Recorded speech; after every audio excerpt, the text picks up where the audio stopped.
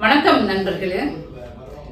இன்று திராவிட இயக்கத்தின் மூத்த முன்னோடி, திராவிட இயக்க கருத்தியலை இந்த மண்ணில் விதைத்தவர் ஐயா அயோத்திதாசர் பண்டிதர் அவர்களின் 181வது பிறந்த நாளில் அவருடைய புகழை நினைவு கூர்ந்து நம்ம இந்த வீடியோக்குள்ள போவோம். வீடியோக்குள்ள போறதுக்கு முன்னாடி இந்த 100 ஆண்டு கால திராவிட இயக்க செயல்பாட்டால் பயனடைந்தவர்கள், 75 ஆண்டுகால திராவிட முன்னேற்ற கழகத்தின் சட்டங்களாலும் திட்டங்களாலும் பயனடைஞ்சு இன்று ஒரு 4-5 தலைமுறையாக நம்ம பிள்ளைகள் மருத்துவர்களாகவும் இன்னும் IAS IPS நீதிமான்களாகவும் வருவதற்கு காரணமான இந்த திராவிட கருத்தியலை இன்னும் நேசிப்பவர்கள், இந்த கருத்தியல் தான் நம்மளை காப்பாற்றும் என்று எண்ணி செயல்பட்டு கொண்டிருக்கக்கூடிய திராவிட முன்னேற்ற கழக திராவிட இயக்க கருத்தியலை வாங்கி இயக்க செயல்பாட்டாளர்களும் கூர்ந்து கவனிக்க வேண்டிய இந்த காணொளி கட்டாயம் தள்ளிராம பாருங்க. ஒரே கல்லுல 2 மாங்காய் கேள்விப்பட்டிருப்போம் இல்லைங்களா? அதே போலத்தான் ஒரு கட்சி 2 திராவிட கட்சிகள்.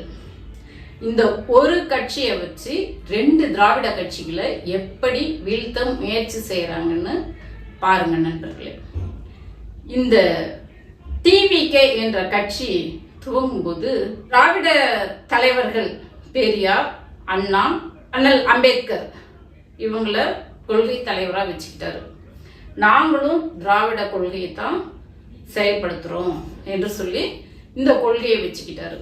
அதே போல திராவிட இயக்கம், எந்த திராவிட முன்னேற்ற கழகம் எந்தெந்த திட்டங்களை எல்லாத்தையும் எதிர்த்ததோ நாங்களும் எதிர்க்கிறோம், நீட்டா எதிர்க்கிறோம், வக்பு வாரிய சட்டமா எதிர்க்கிறோம்.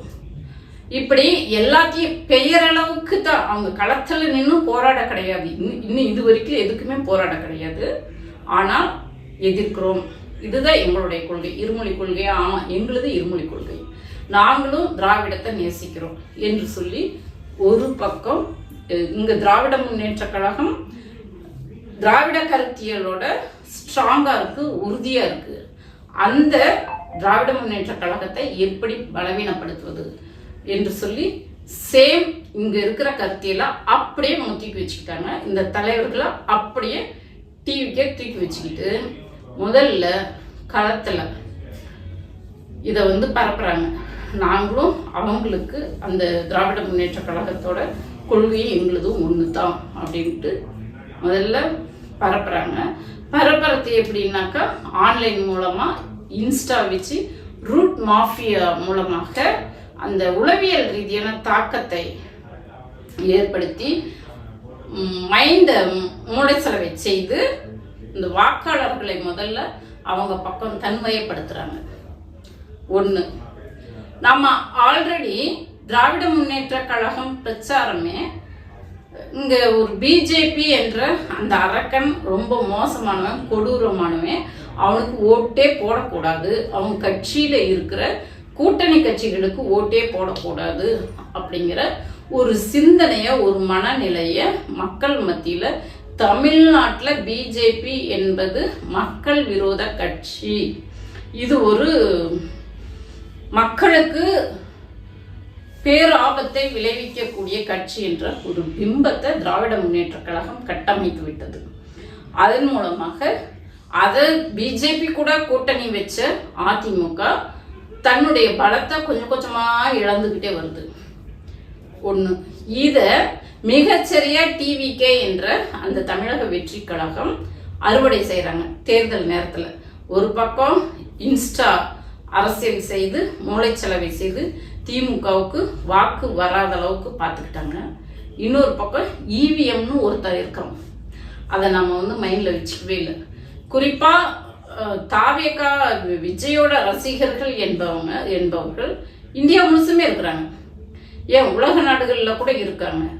அப்படி இருக்கும்போது குறிப்பா அந்த 108 தொகுதிகளில் மட்டும்தான் TVK ரசிகர்கள் இருக்கிறாங்களா? அலை என்றால் ஒட்டு மொத்தமா 234 தொகுதியிலேயே அடிச்சிருக்கணும். ஆனா அந்த 108 தொகுதியில மட்டும்தான். ஏன் திட்டமிட்டு இவிஎம் மூலமாகவும் வேலை செய்திருக்கிறார்கள். ஒரு பக்கம் ரூட் மாஃபியா மூலமாக வேலை செஞ்சிருக்காங்க, இன்னொரு பக்கம் இவிஎம் மூலமாக. இது இவிஎம் யார் கையில இருக்கு? பிஜேபி கையில, அமித்ஷா கையில இருக்கு. தேர்தல் ஆணையம் அவங்க மூலியமா செஞ்சிருக்காங்க. இப்போ இப்படி நம்ம சொல்லும் போதே இயல்பா நம்ம நண்பர்கள் விர்ச்சுவல் வாரியர்ஸ் ஒரு கேள்வி வரும், அப்படின்னா பிஜேபியே ஜெயிச்சுட்டு போலாமே, ஏன் டிவிகேவை வச்சு இந்த கேம் ஆடணும் அப்படின்னு சொல்லிட்டு ஒரு கேள்வி வரும்.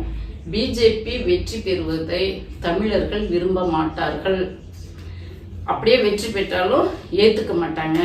அதனால தான் இப்படி ஒரு நடிகனை கொண்டுட்டு வந்து நிறுத்துறாங்க. அதுக்கு தகுந்த மாதிரி இந்த நடிகன் கட்சி ஆரம்பித்த நாள்ல இருந்து இந்த கூட்டம் வர மாதிரி ஒரு செட்டப் பண்ணிக்கிட்டாங்க. இப்பயும் தான் டெய்லியும் முதல்வராக சென்ட் ஜான்ஸ் கோட்டைக்கு வந்துட்டு இருக்கிறாரு. இப்பெல்லாம் எந்த ஒரு கூட்டமும் இல்லை, எந்த பிரச்சனையும் இல்லை, எந்த டிஸ்டர்பன்ஸும் இல்லாம ஃப்ரீயா வந்துட்டு போறாரு. ஏன் அப்ப மட்டும் அது நடந்தது? எல்லாமே திட்டமிட்டு செய்யப்பட்ட சதிகள். சரிங்களா? இந்த நம்ம திராவிட முன்னேற்ற கழகம் என்ன பண்ணிட்டாங்க, கூட்டணி கணக்கு மட்டும் போட்டுட்டு இருந்தாங்க. சரி, இத்தனை கூட்டணி, இத்தனை 26 கட்சி இருக்கு, கூட்டணி கட்சிகளோட ஓட்டு வந்துட்டாக்க நாம வெற்றி பெற்றலாம் அப்படின்ட்டு இந்த கணக்கு மட்டும் போட்டு நாம வந்து தேர்தலை சந்திக்கிறோம். முழுக்க முழுக்க பிஜேபி எதிர்ப்பு மட்டும்தான். இந்த நடிகனை நம்ம வந்து ஒரு பொருட்டாவே வச்சுக்கல. நடிகரை வந்து நம்ம அண்டர் எஸ்டிமேட் பண்ணிட்டோம். அது ஒரு காரணம். அது நம்ம ஒத்துக்கிட்டாகணும். இனிவரும் காலங்கள்ல எப்படி இதை முறியடிக்க வேண்டும் என்பதுதான் நம்மளுடைய செயல்பாடாக இருக்க வேண்டும். ஒண்ணுங்களா? அப்போ இப்ப வந்து என்ன பண்ணிட்டாங்க, வெற்றி பெற்றுட்டாங்க, ஜெயிச்சு வந்துட்டாங்க.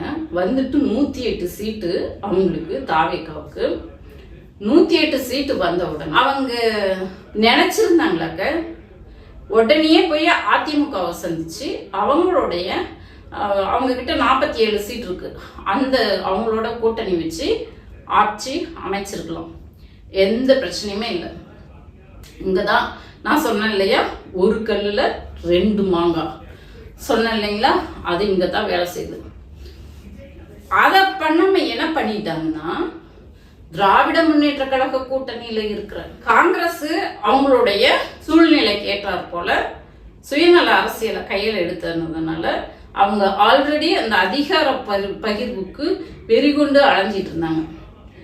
இதுதான் சாக்குன்ட்டு தப்பிச்சு ஓடி போய் முதுகுல குத்திட்டு, திராவிட முன்னேற்ற கழகத்துக்கு முதுகுல குத்திட்டு போய் ஜாயின் பண்ணிட்டாங்க. அதை பத்தி இப்ப நம்ம பேச்சு இல்லை. ஏன்னா அவங்க போன உடனே உள்ளாட்சி தேர்தல், நாடாளுமன்ற தேர்தல் வரைக்கும் கூட்டணியை இப்பயே டிக்ளேர் பண்ணிட்டாங்க. எப்படி பிஜேபியை குறித்து ஒரு வார்த்தை கூட எதிர்த்து பேச துணிச்சலற்ற ஒரு தலைமையை நம்பி காங்கிரஸ் போய் சேர்ந்துருச்சு. இனிமே நம்ம அவங்கள பத்தி பேச வேண்டாம்.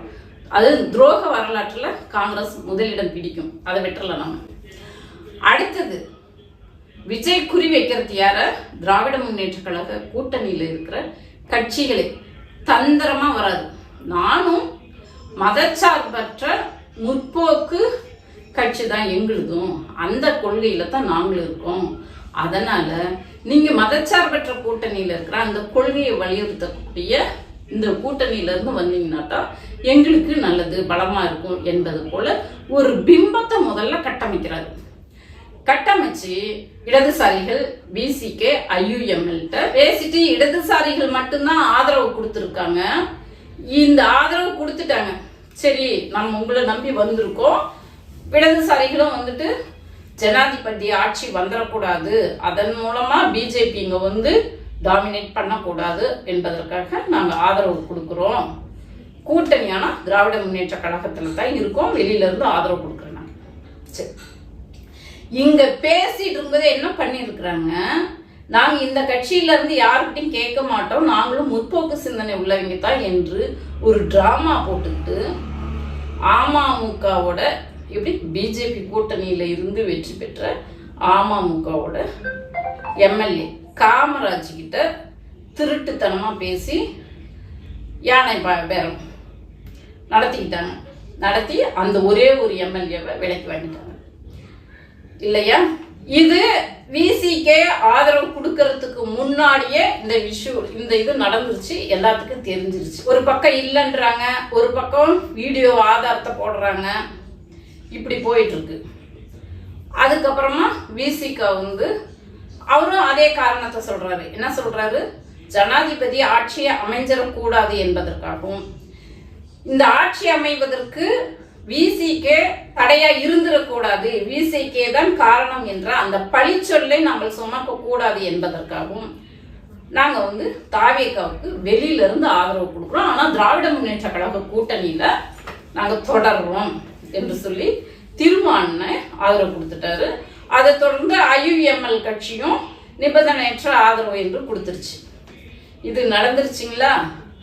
ஆட்சி அமைக்கிறதுக்கு கூப்பிட்டுட்டாரு. யாரு? ஆளுநர் கூப்பிட்டு பதவி பிரமாணம் பண்ணியாச்சு. பண்ணினதுக்கு அப்புறம் ஒரு பக்கம் திராவிட முன்னேற்ற கழக கூட்டணிய பலவீனப்படுத்துற முயற்சி பண்ணிட்டு இருக்கிறாங்க.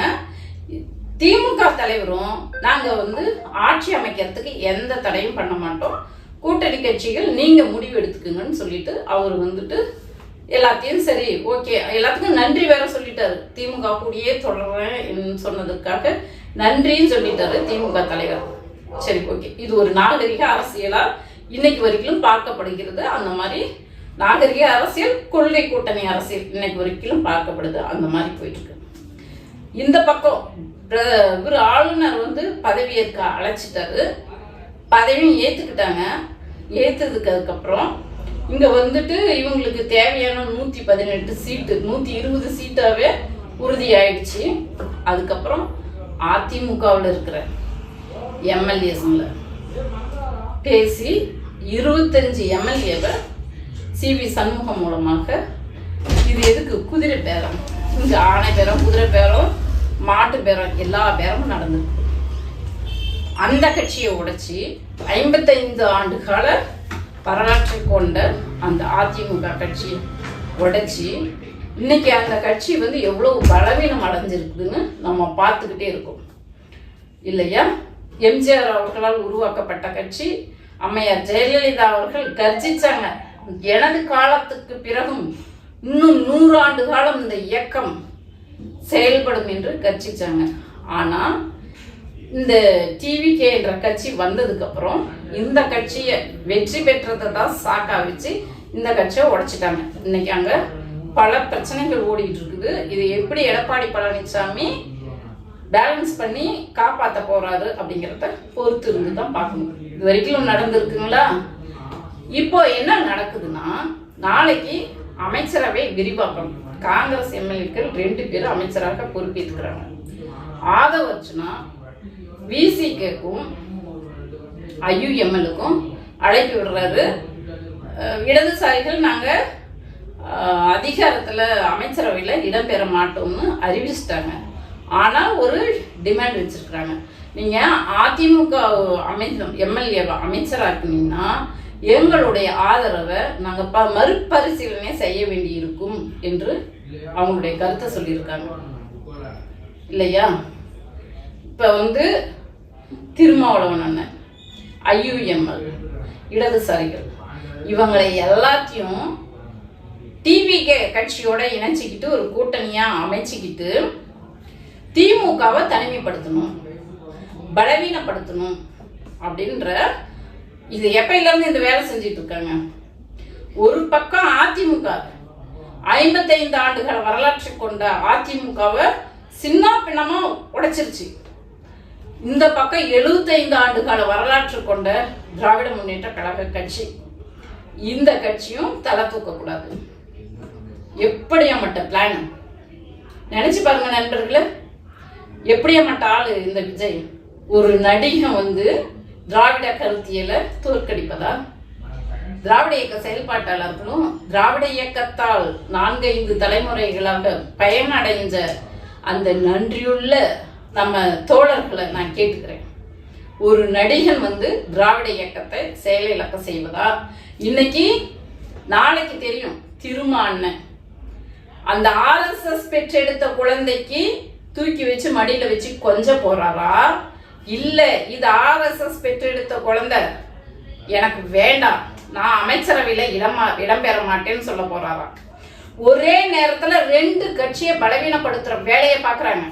IUML 2 பேருமே அறிவிச்சிருக்கிறாங்க, எங்க கட்சியோட உயர்மட்ட குழு கூட்டி நாங்க முடிவு செய்யப்படும் அப்படின்னு சொல்லி இத்தனை நாளா நாங்க கொள்கை கூட்டணின்னு சொல்லிக்கிட்டு இருந்த இந்த அதிகாரம் கைக்கு வரும்போது இப்போதான் தெரியும் இவங்களோட உண்மையிலே இவங்க கொள்கைக்காக இருந்தாங்களா இல்ல வாய்ப்பு கிடைக்கும் போது பயன்படுத்திக்க போறாங்களா என்று நாளைக்கு தெரியும். விஜய் அழகா திராவிட கட்சிகளை 2 பேத்தையும் பலம் இழக்க செய்யற வேலையை பண்ணிட்டு இருக்கிறாரு. இந்த இடத்துல திராவிட கட்சிகள் 2 பேரும் ரொம்ப உஷாரா காய் நகர்த்தணும். எந்த அளவுக்கு அவங்க மேல அவங்களுக்கு செல்வாக்கு இல்லாம இந்த வேலையை செய்ய மாட்டாங்க. கண்டிப்பா நாளைக்கு கொள்கை கூட்டணி இது RSS பெற்றெடுத்த பிள்ளை ஆதரவு கொடுக்கும்போது கூட டிவிகேவுக்கு ஆதரவு கொடுக்கும்போது கூட திருமான்னு அந்த வார்த்தையை சொல்லிட்டு தான் ஆதரவு கொடுத்தாரு. ஆமா, இப்பயும் நான் சொல்றேன், இது RSS பெற்றெடுத்த பிள்ளை தான். ஆனாலும் ஜனாதிபதி ஆட்சி வந்துடக்கூடாது என்பதற்காக நான் ஆதரவு கொடுக்குறேன் அப்படின்னு சொன்னாரு, சொல்லிட்டு கொடுத்தாரு. இன்னைக்கு என்ன முடிவு எடுக்க போறாரு அவங்க கூட்டத்துல? இவர் சந்தர்ப்பவாத அரசியல் பண்றாரா இல்ல உண்மையிலேயே கொள்கைக்காக? இந்த திராவிட இயக்கங்கள் 75-100 ஆண்டுகளாக இந்த தமிழர்களை காப்பாற்றி வச்சிருக்காங்க. நீங்க திராவிட இயக்கத்தோட பயன் எந்த அளவுக்கு இருக்குதுன்னு தெரிஞ்சுக்கணும்னா வடக்கணங்களை போய் கேட்டு பாருங்க. பீகாரியர்கள், உத்தரப்பிரதேசக்காரங்க இங்க தமிழ்நாட்டுல வாழ்ந்துட்டு போறாங்க இல்லையா, அவங்களுக்கு தெரியும் தமிழ்நாடு எவ்வளவு பெரிய சொர்க்க பூமியாக இந்த திராவிட இயக்கம் மாற்றி வச்சிருக்கு என்று அவங்களுக்கு தெரியும் இந்த பலன் என்னன்னு. ஏன்னா இங்க இருக்கிற மக்களுக்கு அந்த நன்றி இல்லை. ஏன்னா வேணா நீங்க போய் பாருங்க வடநாட்டுகள்ல எப்படி இருக்குன்னு. அந்த ஆட்சிக்கும் இந்த திராவிட இயக்கம் செய்த மாற்றத்துக்கும் உள்ள வேறுபாட பீகார் போய் பாருங்க, உத்தரப்பிரதேசம் போய் பாருங்க, மேற்கு வங்காளம் போய் பாருங்க. இங்க என்ன மாதிரி மாற்றத்தை உருவாக்கி வச்சிருக்கிறோம். இந்த மாய வலையில டிவிக்கு பின்னுகின்ற இந்த மாய வலையில விஜய் என்னன்னு சொல்றதுன்னு தெரியல. இப்படி ஒரு மற்ற ரகமான நான் தூய சக்தி வார்த்தைக்கு வார்த்தை திமுக தீய சக்தின்ட்டு அவர் கட்சி ஆரம்பித்த நாள்ல இருந்து அதுக்கு முன்னாடியே அவர் எப்படிப்பட்டவர் என்று அவருடைய கேரக்டர், அவர் அரசியலுக்கு வராதுக்கு முன்னாடியே போய் கோர்ட்டுல போய் வரி கட்ட மாட்டேன் அப்படின்னு நிற்கும் போதே அவருடைய கேரக்டர் என்னன்னு தெரிஞ்சிருச்சு. கட்சி ஆரம்பித்ததுக்கு அப்புறமும் பல தருணம் அவரை பத்தி ஒரு வார்த்தை நல்லதா சொல்றதுக்கு இல்லை. அப்படியேப்பட்ட ஒரு மோசமான மிக மிக மோசமான ஒரு கேரக்டர். அந்த கேரக்டரை வச்சுதான் இன்னைக்கு திராவிட இயக்க கருத்தியலையே உடைக்கிறதுக்கு உண்டான வேலை நடந்துட்டு இருக்குது. நண்பர்களே, நம்ம ஆழ்ந்து சிந்தித்து எல்லோரும் ஒற்றுமையாக இருந்து செயல்படக்கூடிய நேரம் இப்போ. யாரு எந்தெந்த புத்துல இருக்கிறாங்கன்னு நாளைக்கு 10 மணிக்கெல்லாம் தெரிஞ்சிரும்னு நினைக்கிறேன். யார் எப்படியப்பட்டவங்க என்ன என்ற அந்த விவரம் நாளைக்கு 10 மணிக்கெல்லாம் தெரிஞ்சிடும். இந்த காணொலியை பார்த்துட்டு இருக்கிறவங்க உங்களுடைய கருத்துக்கள், நான் இப்ப சொன்னேன்ல இந்த கூட்டணி கணக்கெல்லாம் அந்த ஒரு கல்ல 2 மாங்காய், ஒரு டிவிக்கு 2 திராவிட கட்சிகள் அழிக்கும் முயற்சி இங்க நடந்துட்டு இருக்கு.